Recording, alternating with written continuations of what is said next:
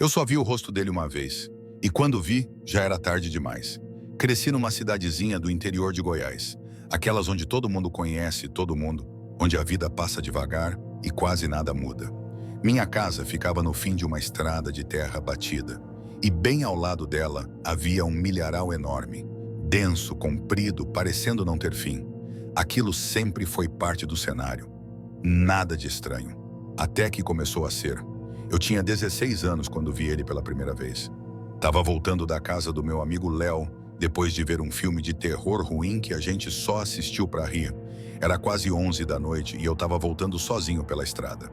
O céu tava claro, com lua cheia, e o vento passava pelo milharal fazendo aquele som que parece um sussurro.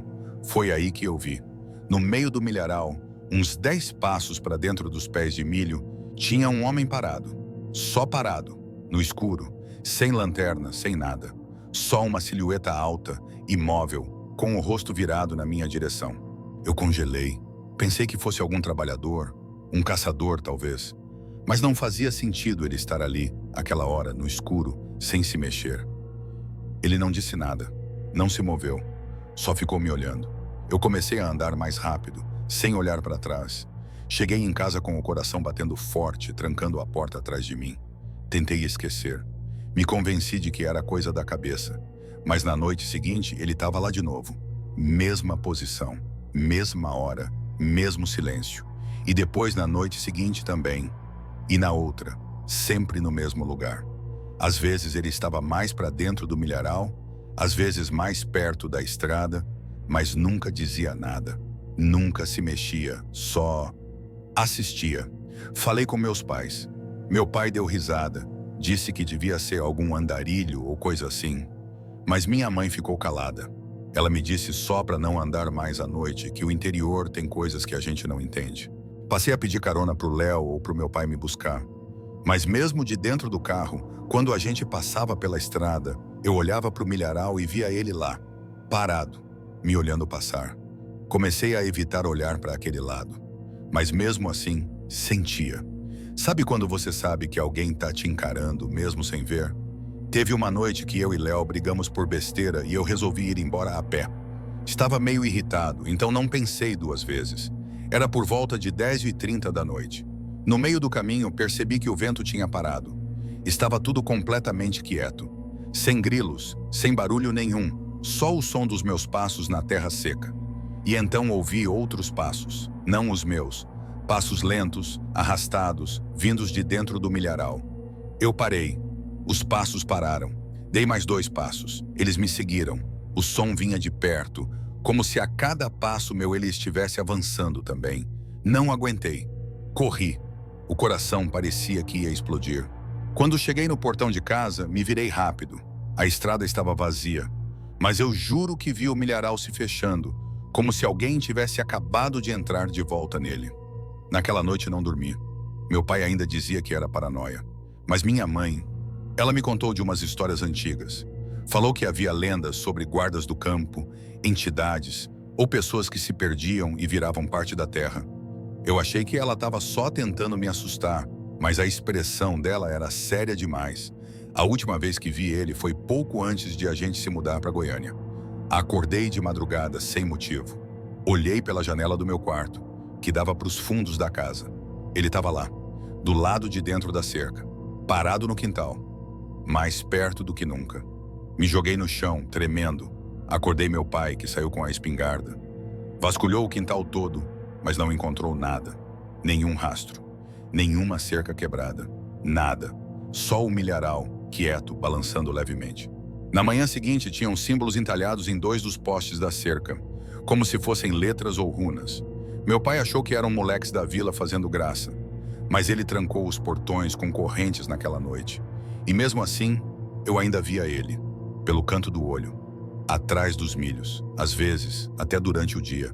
No dia da mudança, fui até o limite do quintal, só para dar uma última olhada. Foi aí que ele apareceu.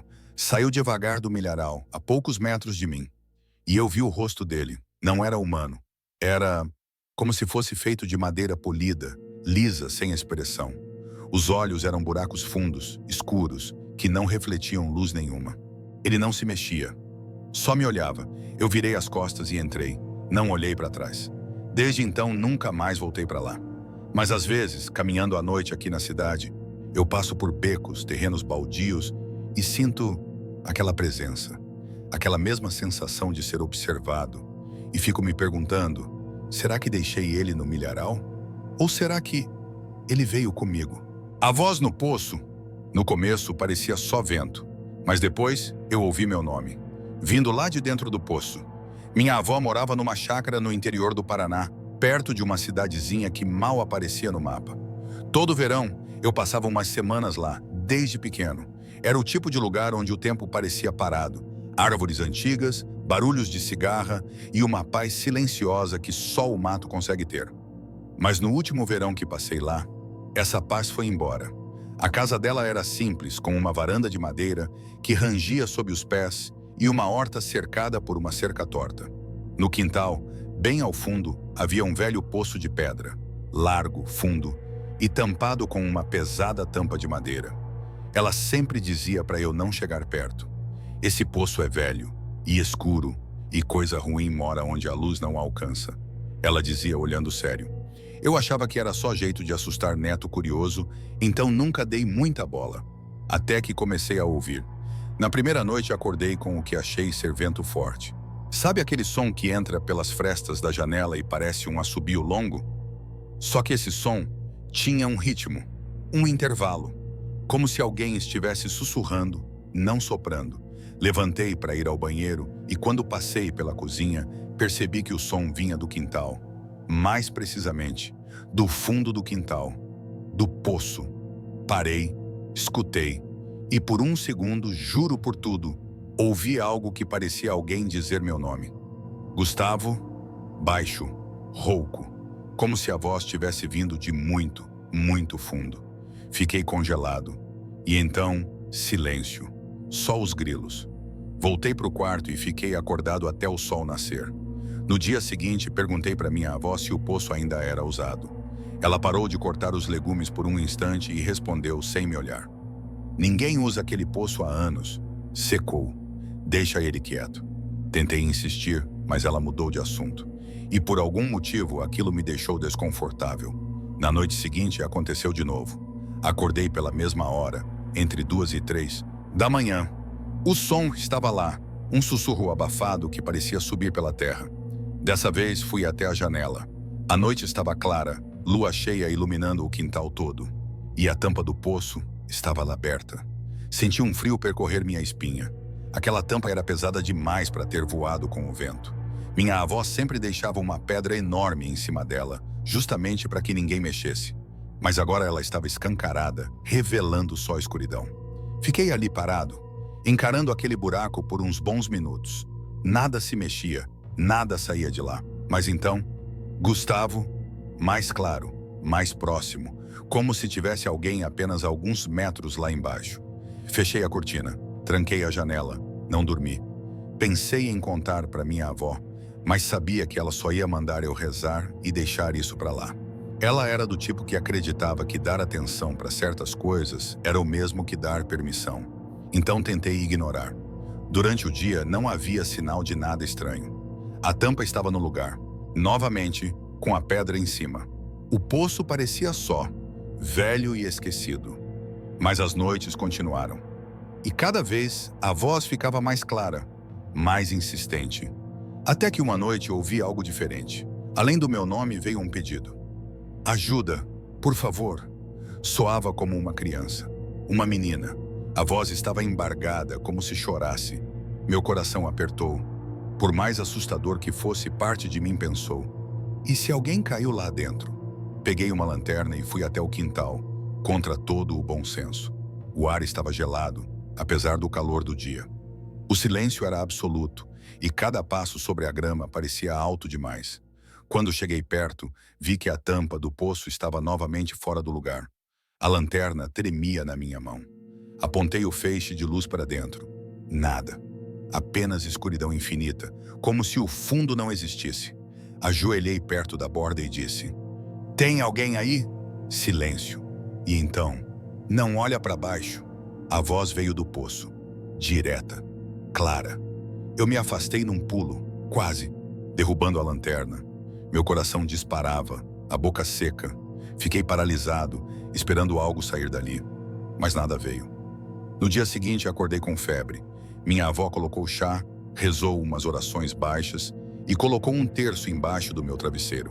Quando perguntei sobre o poço, ela disse apenas: "Não se responde a quem fala debaixo da terra."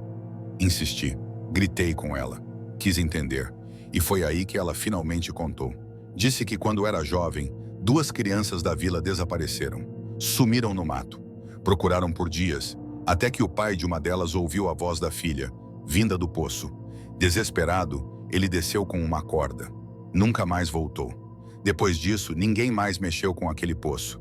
E com o tempo, as pessoas pararam de falar sobre isso, mas ela ouvia, às vezes, a voz.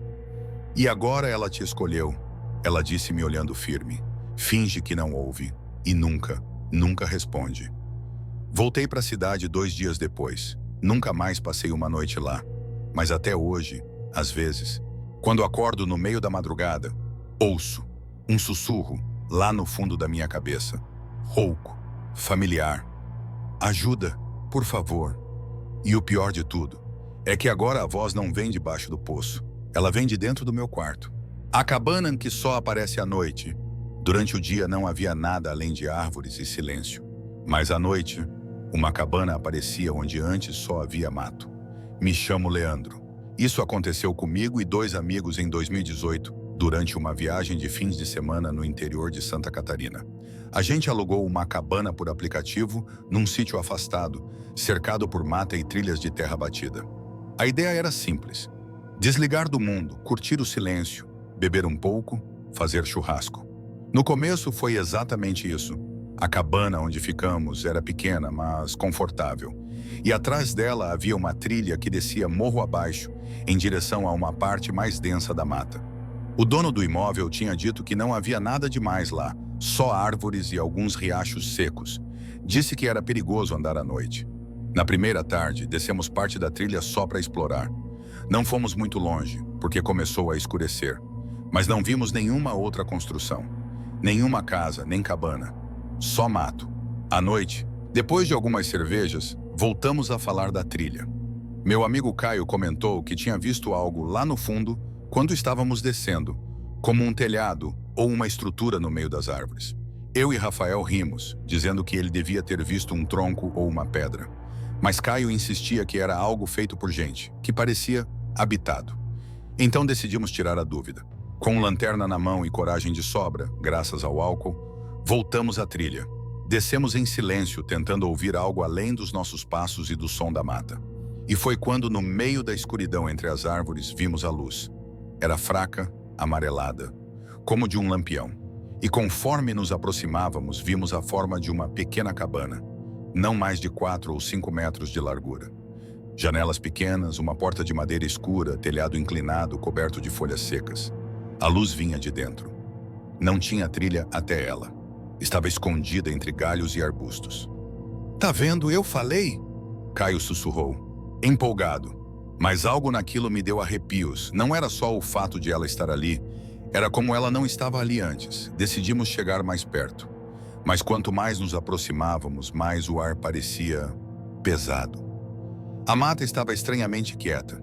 Nenhum grilo, nenhum vento. E o cheiro era como madeira molhada e ferro velho. Ficamos parados a uns 10 metros da cabana, observando. "Tem alguém aí?" Rafael chamou. "Nada. É melhor voltar", eu disse. "Se tiver alguém lá dentro, vão achar que a gente está invadindo." E nesse momento, a luz se apagou. Todos congelamos. Esperamos. Um som seco, como um passo dentro da cabana, ecoou. Viramos e corremos. Não olhamos para trás. Subimos o morro de volta ofegantes, tropeçando na lama e nos galhos. Quando chegamos na nossa cabana, trancamos a porta e tentamos rir do que aconteceu. Mas era aquele tipo de riso nervoso, só para quebrar o pânico. No dia seguinte, ainda de dia, voltamos à trilha. E não tinha absolutamente nada lá. Nem a patilha, menor marca de construção. Nem madeira, nem pegadas. Nada. Só mato.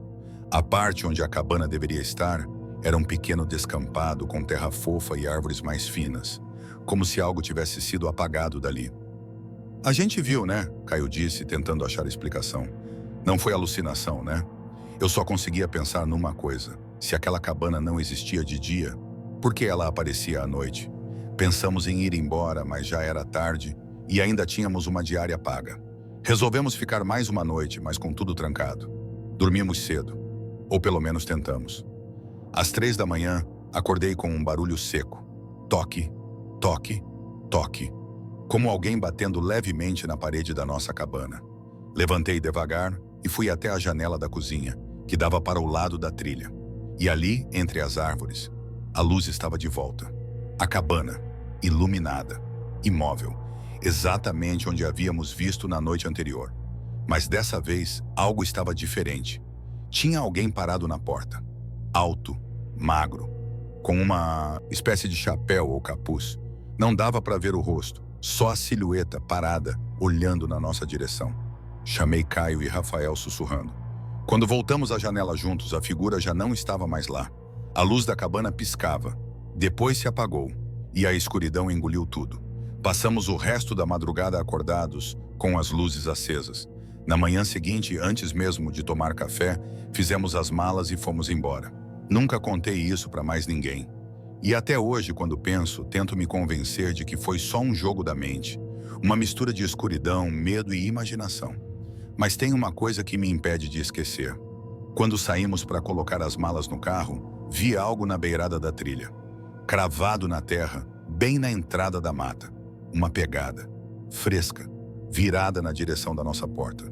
O pássaro que sabia o nome da minha irmã. No começo, parecia só um pássaro repetindo sons, até que ele começou a chamar minha irmã pelo nome completo. Isso aconteceu quando eu tinha 14 anos e minha irmã Clara tinha apenas 6. Foi durante uma temporada que passamos no sítio dos nossos avós, no interior do Rio Grande do Sul, em um lugar isolado, cercado por mato e silêncio.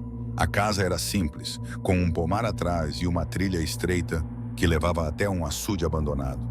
Meu avô sempre dizia para a gente não ir muito além da trilha, principalmente à noite. Tem coisa que chama e coisa que leva, ele dizia. Eu achava que era só história de velho, até que o pássaro apareceu. Foi numa manhã, logo no segundo dia lá. Clara estava brincando sozinha perto do pomar quando me chamou, animada. Mano, tem um passarinho que fala. Achei que era só algum papagaio solto, ou um sabiá imitando vozes. Mas quando fui ver, ele estava lá, empoleirado em um galho baixo, preto como carvão, com olhos pequenos e brilhantes. E então ele disse, Clara, assim, em sílabas pausadas, como se estivesse aprendendo a falar. Clara deu risada. Achou incrível, mas eu senti um arrepio. Não era como um papagaio brincando. A entonação era estranha. A voz não parecia uma imitação, parecia humana, rouca, meio sussurrada. E ainda assim, saía de um bico. Nos dias seguintes, ele começou a aparecer com frequência, sempre no mesmo galho, sempre no mesmo tom, repetindo o nome da minha irmã, cada vez mais fluente. Clara, vem cá. Meu avô começou a fechar as janelas mais cedo. Eu o ouvi rezando baixinho na cozinha uma noite.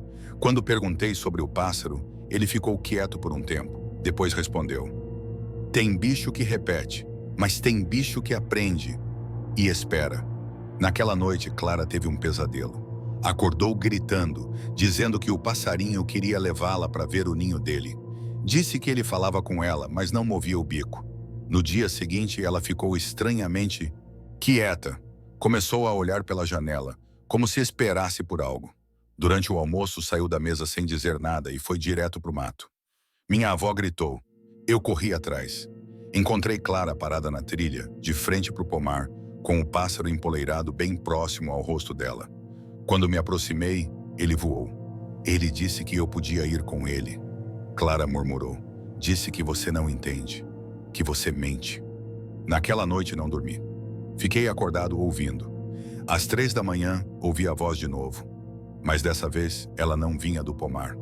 Vinha da janela do nosso quarto. Clara! Fui até lá devagar. O vidro estava embaçado pelo frio.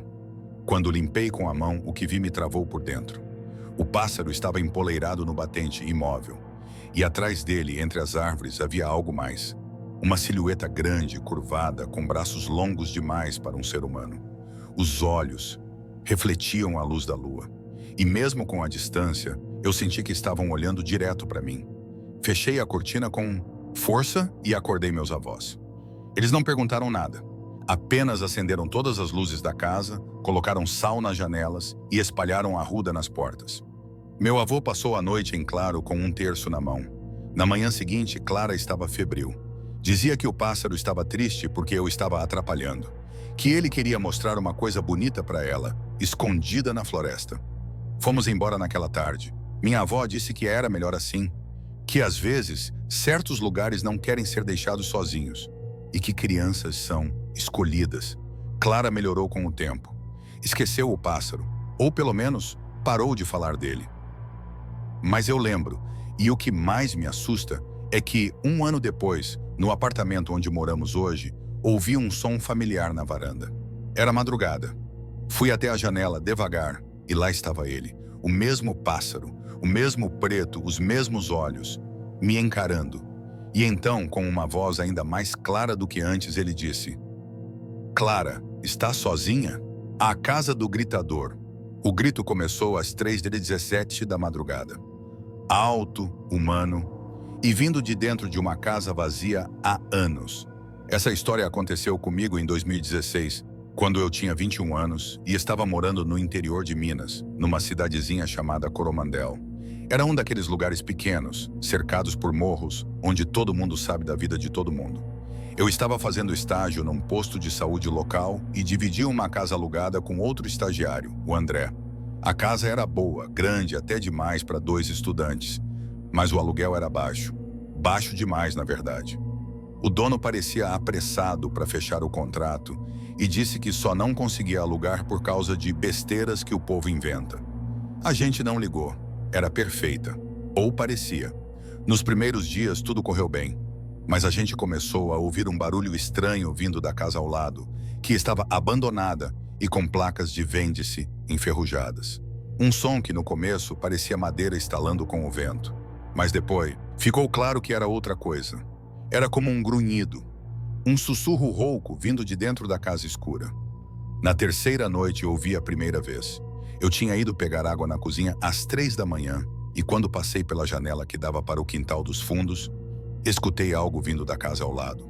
Um grito, não de dor, era um grito de raiva, seco, prolongado, gutural. Algo que parecia vir de alguém com os pulmões cheios de ódio. Fiquei paralisado. Quando o grito parou, tudo voltou ao silêncio absoluto. Achei que fosse alguém bêbado ou até um animal. Não comentei com o André, mas na noite seguinte ouvi de novo, exatamente às 3h17. Dessa vez, ele também ouviu. Acordamos ao mesmo tempo e o grito parecia ter atravessado a parede do nosso quarto. Forte, real. Só que ninguém morava ali. A casa estava completamente vazia. Sem luz, sem carro na garagem, sem móveis. A gente tentou investigar no dia seguinte, olhando pela cerca. A casa tinha janelas com tábuas pregadas e uma porta enferrujada.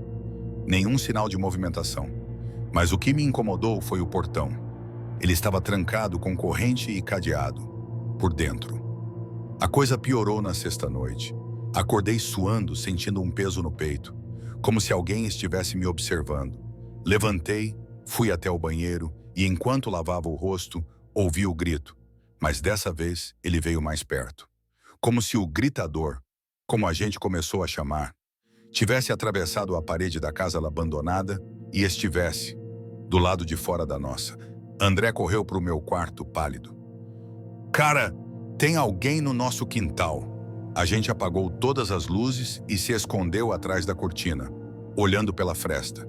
E ali, entre a sombra do poste e a lateral da casa, vimos uma figura, alta, magra, curvada. Estava de costas, mas parecia torcida, como se os ossos tivessem sido puxados para baixo. A cabeça se movia rápido, como se ele ouvisse algo que mais ninguém ouvia. E então, sem aviso, ele virou para nossa janela. Mas a gente não viu rosto, só uma espécie de buraco, onde deveria estar a boca. Largo demais escuro demais. E então ele gritou. Um grito tão alto e seco que fez o vidro da janela vibrar. Era como se o som não viesse só pelos ouvidos, mas pela pele, pelo peito. Um grito de fúria, de dor, de presença. Corremos para o quarto, trancamos a porta e ligamos para a polícia, mesmo sabendo que até alguém chegar ali ia levar tempo. Depois de uns 30 minutos, não ouvimos mais nada. A polícia apareceu 1 hora depois, deu uma volta e disse que não havia sinal de ninguém. Nem pegadas no quintal, nem rastro de entrada ou saída. Mas na manhã seguinte encontramos marcas nas paredes externas da nossa casa, como arranhões profundos, horizontais, paralelos e altos demais para alguém comum ter feito sem uma escada. O dono da casa, quando confrontado, ficou em silêncio. Depois disse apenas: "Vocês ouviram o que os outros ouviram antes, e por isso a casa estava vazia." Mudamos no dia seguinte, mas às vezes quando acordo sem motivo às 3h17, juro que ainda ouço o eco daquele grito, como se o gritador estivesse procurando uma nova casa, ou alguém que escute.